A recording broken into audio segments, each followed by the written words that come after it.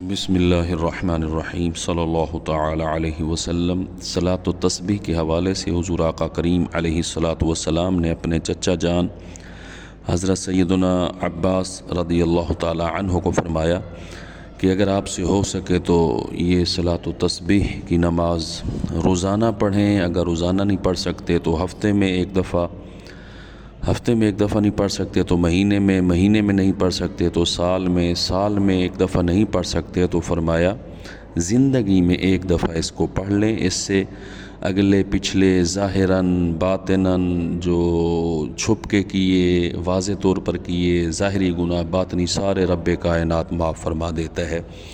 اس کا طریقہ کار 4 رکعات ہیں اور اس کی نیت ایسے کریں گے: 4 رکعات نماز نفل صلاۃ و تسبیح منہ طرف خانہ کعبہ شریف کے بندگی اللہ کریم کی، اللہ اکبر۔ 4 رکعات میں تیسرا کلمہ جو ہے اس کا جو پہلا حصہ ہے یہ یاد کر لیں: سبحان اللہ والحمد للہ ولا الہ الا اللہ واللہ اکبر۔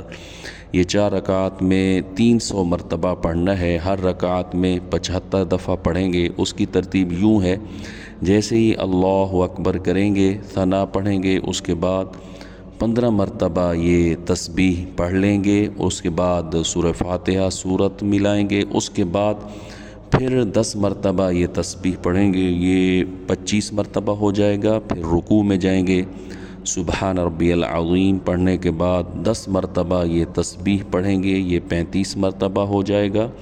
اس کے بعد سمع اللہ لمن حمدہ ربنا لک الحمد پڑھنے کے بعد 10 مرتبہ یہ تسبیح پڑھیں گے، یہ 45 مرتبہ ہو جائے گا۔ پھر سجدے میں جائیں گے، سجدے میں سبحان ربی الاعلی تسبیح پڑھنے کے بعد یہ 10 مرتبہ یہ تسبیح پھر پڑھیں گے تو یہ 55 دفعہ ہو جائے گا۔ پھر پہلے سجدے سے سر اٹھائیں گے، جلسے میں بیٹھیں گے، وہاں بیٹھے ہوئے 10 مرتبہ پڑھیں گے وہ تسبیح تو یہ 65 دفعہ ہو جائے گا۔ پھر دوسرے سجدے میں جائیں گے، سجدے کی تسبیح پڑھ کر پھر وہی تسبیح پڑھیں گے: سبحان اللہ والحمد للہ ولا الہ الا اللہ واللہ اکبر۔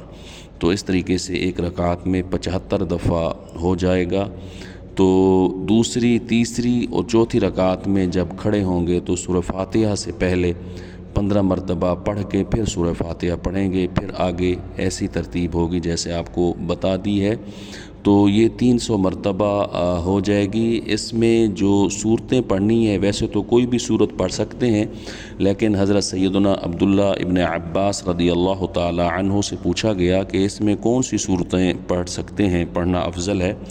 تو انہوں نے فرمایا پہلی رکعت میں آپ سورہ تکاثر یعنی الہاکم التکاثر پڑھیں، اور دوسری میں والعصر ان الانسان لفی خسر یہ صورت پڑھیں، اور تیسری میں قل یا ایھا الکافرون، اور چوتھی میں سورہ اخلاص، یعنی یہ صورتیں اس ترتیب سے پڑھنی ہیں۔ اس کے بعد آپ دعا کریں۔ شب برات کی رات خصوصی طور پر یہ پڑھیں، جو یہ رات ہے جس کو شب برات کہتے ہیں، یہ نجات کی رات ہے، بخشش کی رات ہے، مغفرت کی رات ہے۔ اس رات آپ بھی پڑھ لیں اور اس کے بعد دعا مانگیں۔ قبولیت کی گھڑی ہے، قبولیت کی رات ہے، اللہ کریم فضل فرمائے گا، اللہ کریم سمجھنے کی اور عمل کی توفیق عطا فرمائے۔